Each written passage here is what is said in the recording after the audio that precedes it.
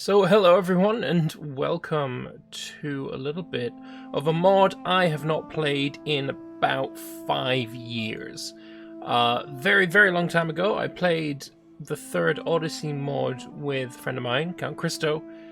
I think it's about time to try it again.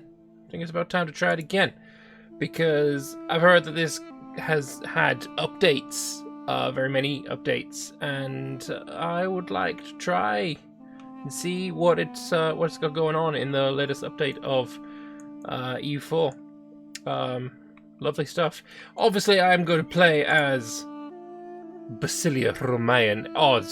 Already this mod is amazing because it doesn't pretend that this country is called Byzantium.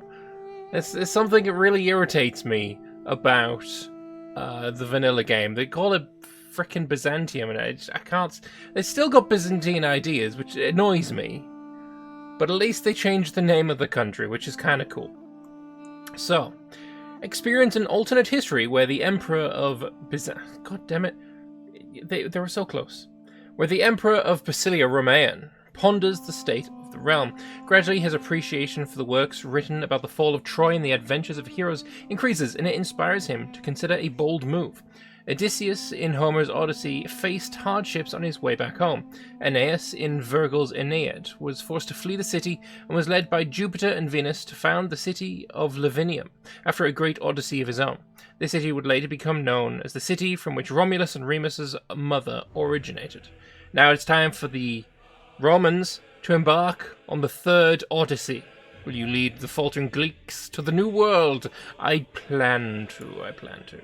So yeah, let's play as Basilia Romaean in this mod, which I have not played in very many a year. I'm looking forward to seeing what has changed, what is new, what is updated, and how this game runs in the latest version of EU4, which actually will be the first time I've played.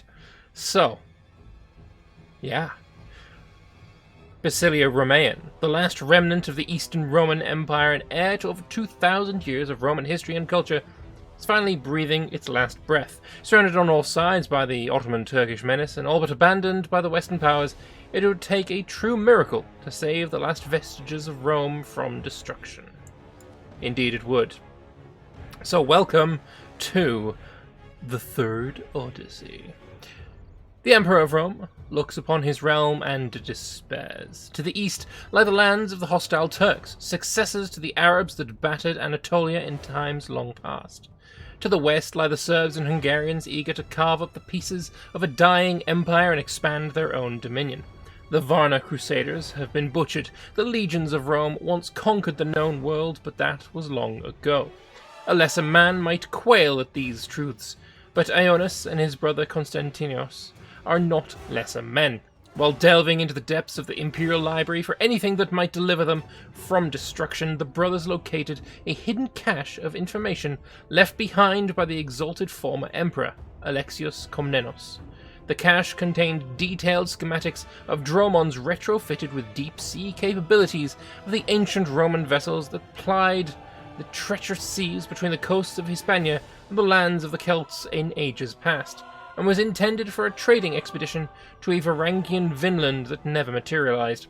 With them, the two brothers were able to scheme up a plan to hastily retrofit the remnants of the Imperial Navy to the designs, reinforced with modern construction techniques, and flee west into a new Odyssey, just as Aeneas fled Troy 3,000 years ago. How delightful! How delightful! The other three brothers will have to stay behind. So, we get Roman flight until the end of the game, giving the following effects. Unrest goes up, stability cost goes up, morale of armies goes down, fort maintenance goes down, fort defense goes down, no diplo relations allowed, and Ionis is no longer able to focus on his duties as a ruler, so we lose all of the mana points. And also Athens gets released. Sag. The Emperor has been approached by his close confidant, Georgios Schrantes, who argues that we should take with us that which made us respected in ages past, our learning, the most important books and scrolls, including the manuscripts detailing the construction process for truly ocean-worthy vessels, should be collected into a library and given a place in the fleet. In addition, a skilled German engineer named Johannes Grant was able to recreate Greek fire on a limited scale based on scrolls stored in hidden cache in the Imperial Library, and is requesting that space on the fleet be allotted to storing the substance and the ingredients used to make it. Such endeavours would be expensive and cost precious space, but they might be worth it. We will see. So we get a advisor, he joins the court, he's 75% cheaper, nice. We get actually two of them, so a stab cost guy and a fort defense guy. Sure, why not? So, yes, this is quite delightful. Isn't this more the one you played with Vespasian when he was an abandoned Norse colony? No, I think you're mixing up Vespasian and Count Christo. Christo played the abandoned Norse colony. But yeah, you must have been around for a very long time, because that was over 5 years ago. Yeah, it's been a while. Anyway, do we need an army? I don't believe we need an army for this. I'm at least going to lower their maintenance. We're gonna get that skill 2 stab cost guy. He's the same price as level 1 after all. And then the military guy, Johannes Grant, we're taking you as well. And do we want one of these? I feel like we might want one of these. We'll take Mr. Diplo Rep Man. We're going to rival Epirus, and we're going to rival Moldavia, and we're going to rival Genoa because, I don't know, why not? Boat-wise, I don't know if we need boats. I don't know. We're gonna be taking our ass over to the New World soon, so I don't know actually what, if anything, we need to bring. The Emperor Ionis' cousin, Theophilos Palaiologos, mathematician, grammarist, and second in line for the throne behind the Emperor's brother Constantinos, has requested that the vast silk reserve of the Roman Empire and the resources required to produce it be collected into our westbound fleet.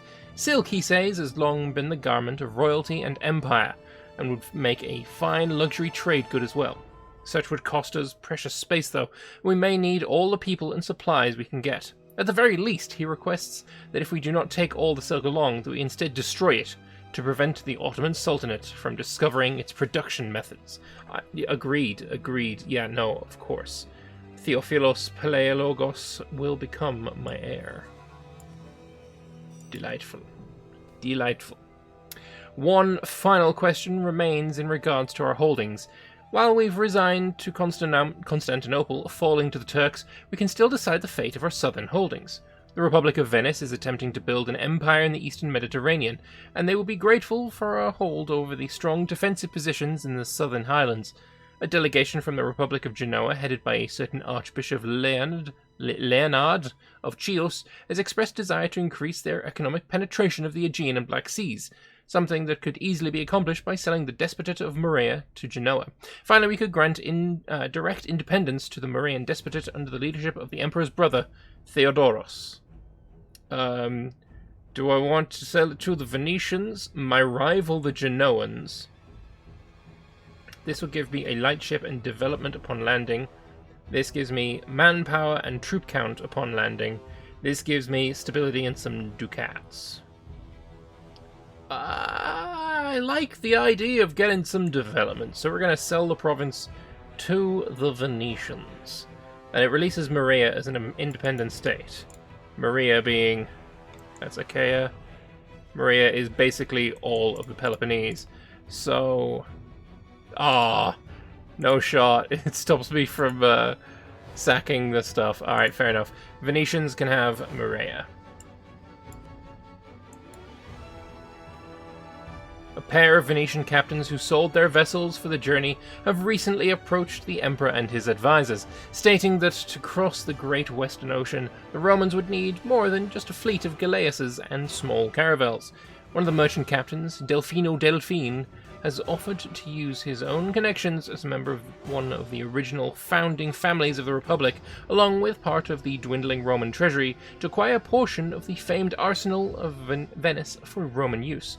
Using our nearly exhausted treasury on such a prize would drastically reduce our ability to purchase food and other supplies, but it would give us a marked advantage in any battles to come. Nice, we've got a naval reformer. Morale of navies man. And he's cheaper. Well, we're going to take him because we actually don't have enough money. No, we do have enough money, but we hired you too soon ago. Gone through all the plans and looked over every option available to us. Now is the time we finalize our decision and choose how much of our limited space we should devote to the non-essentials. So we've got plentiful supply status, we're ready and able. So, do we hold Greek fire? Until the end of the game, we'd get heavy ship combat ability, light ship combat ability, galley combat ability, fort defense, but naval maintenance goes up. Powerful siege and naval weapon that hasn't been seen in centuries. If left behind, the last defenders of the city will arm themselves with it. Or I could get books of knowledge, giving me idea cost until the end of the game. I like that very much. Works on shipbuilding, administration, military tactics, and philosophy. And siegecraft and politics and history and economics and religion and stuff. I like that one. The Silk gives me trade efficiency. The Venetians give me that just that guy. An additional escort ship to our flotilla, coupled with experts, merchants, and artisans who will certainly come in handy when we reach our new destination. Definitely the idea cost is coming. And I believe I like the Silk. I don't really think I want to go too heavy.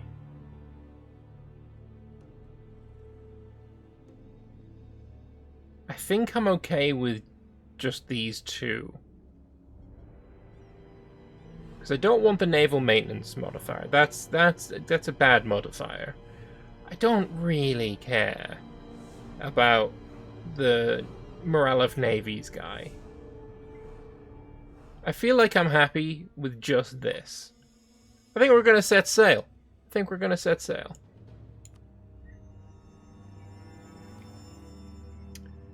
An Ottoman prince, born here in exile after his grandfather's defeat in a failed attempt for the Ottoman throne, has heard of our plans to quit the city of World's Desire and sail to Vinland. The man, Orhan Shalabi, was never returned to the Ottoman Empire on the implied threat of execution for his grandfather's crimes. Needless to say, he fears such a punishment at the hands of his cousin Mehmed, and has requested that a ship be allocated to him and his regiment of retainers. In return, he promises to train the Roman army, such as it is, in the advanced tactics of the feared Janissary Corps, and also offers his personal service as a general in Roman service. In addition, a former Ottoman officer named George Castrioti, called Skanderbeg, has rebelled from Turkish service and has travelled to the city in search of support. He's also learned of our impending flight and requests that some of his people be allowed on board. Unfortunately, there's only enough space left on our transports for one group. Either Skanderbeg or Orhan must stay behind in the doomed city. Both men have promised not to share our plans to the enemies, come what may. Do we take Skanderbeg, or do we take Orhan? We take Skanderbeg. Of course we take Skanderbeg. There's no chance, no shot that we take anyone but Skanderbeg here. I mean, let's be honest. Yeah. Sorry, Albania. I'm taking, the legend, the man, the myth. He's coming with me. Hearing of the approach of our fleet, a large Granadan force drew up near the gates of Heracles to force us to pay for safe passage. Enticed by the promise of loot, a contingent from Morocco also sailed in support of the Granadan fleet. We could pay the toll, or we could force the strait with a sea battle. We might still take losses, but the Roman navy is still one of the best in the Mediterranean. 80 ducats, or we lose 2 regiments of soldiers. 2 regiments of soldiers is 20 ducats.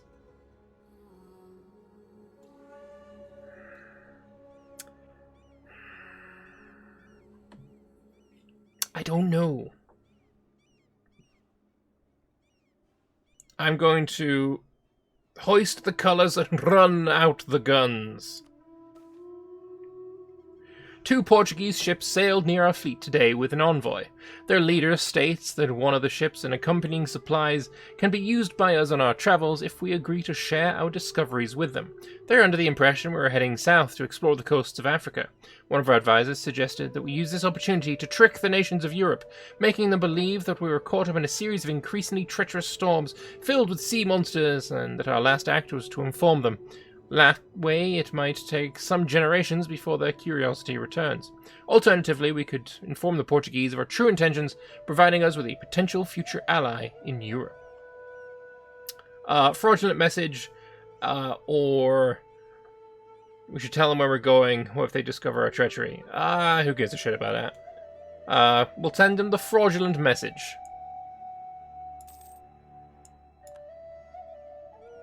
I wonder if these 8 troops, appear in the New World when we get there. It was a controversial thing in the Basilia Romaean that the Latin-sponsored Council of Florence had succeeded and convinced the Basileus to accept the primacy of the Pope in Rome. Not all, or most, or even many, were accepting of the logic of bowing to the Latins to avoid destruction by the Turks. It was not accepted in Russia or by the general populace. It was only very reluctantly accepted by the Romans themselves. As Lucas Notaras, commander of the fleet, said it, better the Turkish turban than the Latin mitre. And now, however, there is no more cause for pretense, as the Romans have passed beyond the power of those in the east and the west. Basileus Ioannis VIII has, the minute the Portuguese coastline was out of sight, publicly repudiated the Council of Florence. Good riddance to bad rubbish. I'm now Eastern Orthodox. Am I not Orthodox right now? Apparently no, I'm Catholic. But not anymore! Ha! Eastern Orthodox, let's go.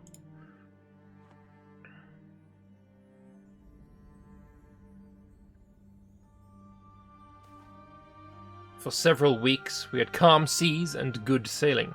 Sadly, all things must end, or good things must end, sure. And we've encountered a large storm that has swamped our fleet. Our only refuge was a relatively calm section in the centre, and we were able to regroup there for a time. The brave captains from Italy and Portugal proved their worth in leading us safely out of that storm for good, but after taking stock of the surviving ships, we've been informed that, in addition to the Emperor falling ill, several of the ships have been blown off course, including a supply ship. Or, as luck would have it, the royal family is not actually on the ship, as Constantinos decided to brave the storm around flagship Agia Theotoke. The ship hosts most of the royal advisors, including Schfrantes, councillors and other royal staff. Loss of those will impact our ability to govern when or if we reach our destination. It takes a supply ship. It just takes a supply ship.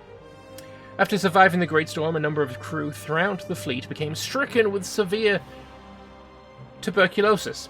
Despite the best efforts of our greatest physicians, Emperor Ioannis VIII also fell victim to the disease. While some say that it is just an unfortunate tragedy, others say that this is divine punishment for fleeing Constantinopolis in its darkest hour. Regardless, Ioannis VIII's brother Constantinos has been crowned emperor and will finish what his brother started. So, okay. Fair enough. I gained a stability. My ruler is dead. Gain a stab. Oh, right. It's to stop me from losing the stab. Fair enough. Big Fs in chat. Oh, there we go. I like how I can see this and this, but, you know, Constantinople is just gone. It's yeah. Despite everything, the toil, the hardship, the storms, the battles with the Moors, the desperate flight from the city, we've done it. Yes, we have. We have ventured beyond the pillars of Heracles and lived to tell the tale. The western strands of our ancient Varankian bodyguards are verdant and green, and so we have given this land the name Elysium, after the ancient paradise afterlife. But heavy lies the head that wears the crown. Every piece of technology, every spear, sword and shield, every cuirass, helm and hauberk, every bow and every arquebus, every cannon, book, scroll, treatise, every roll of silk or linen, every flag that flies proudly and proclaims to the world that the empire of the Romans is not yet dead. It is one less man or woman or bushel of wheat or barrel of supplies. It's one less life saved from Turkish dominion. Even now, the last defenders of the Empire must be making some doomed last stand at the Hagia Sophia, swords flashing in fearless defiance of their fate for an hour longer until they are overcome. Mehmed must be smiling as he gives the order to loot the Queen of Cities and sell those men and women left behind to a life of slavery. Strange barbarian men on the beach have fled at our approach, but we have bigger concerns than finding a few men who inevitably have no plans to attack us. We must acquire good fields to set up farms in, iron mines to forge weapons from, quarries to mine stone from, and land to expand our dominion over. We must build here, in Elysium, something greater than we could have built in prostration to the Sultan. Hell yes. Also, go to Elysia. Pacha, we are here. Send out the scouts. We must find out what's out there. Okay, so we get a flagship called Agia Theotoke. With the adequate supplies we brought along on our voyage and some rationing, we managed to minimize the loss of lives up until now. Thanks to that, the people are already hard at work establishing our first settlement. We gain a base tax production of manpower and migrant nation modifier. Where we might have lost some men at the battle with the Moorish pirates, our commanders still managed to assemble a militia force. We gain 1 regiment. Okay, we should have just deleted the troops in back home then. With the additional supplies purchased from the Venetian merchants, work has already started on a smaller settlement in the woods near a landing area. So we gain 1 tax production manpower. Alright. Sadly, we lost sight of our flotilla during the storm, including a large supply ship. We lose some tax and manpower. All things considered, our flight has left our already declining nation a shadow of its former self. We gain no merchant class, constrained resources, and manpower shortage. We get a Skanderbeg, though, which is kind of dope, and his people settle our new capital, which gains 1 base tax production and manpower, and a province modifier, Albanian Quarter. And we get another event in 3 days. Alright, so, this... Oh, that wasn't 3 days, but whatever. The scouts have returned to the fortified landing camp with a barbarian. The foreigner bore a barbarian Dane axe and was dressed in a long coat of mail.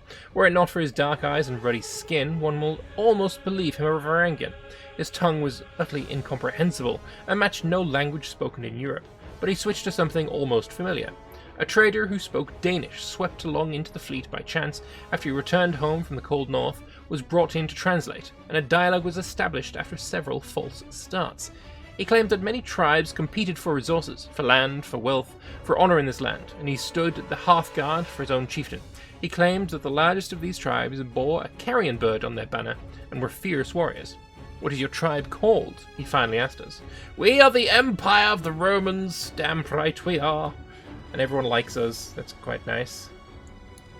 So, finally, we are here, in Elysia.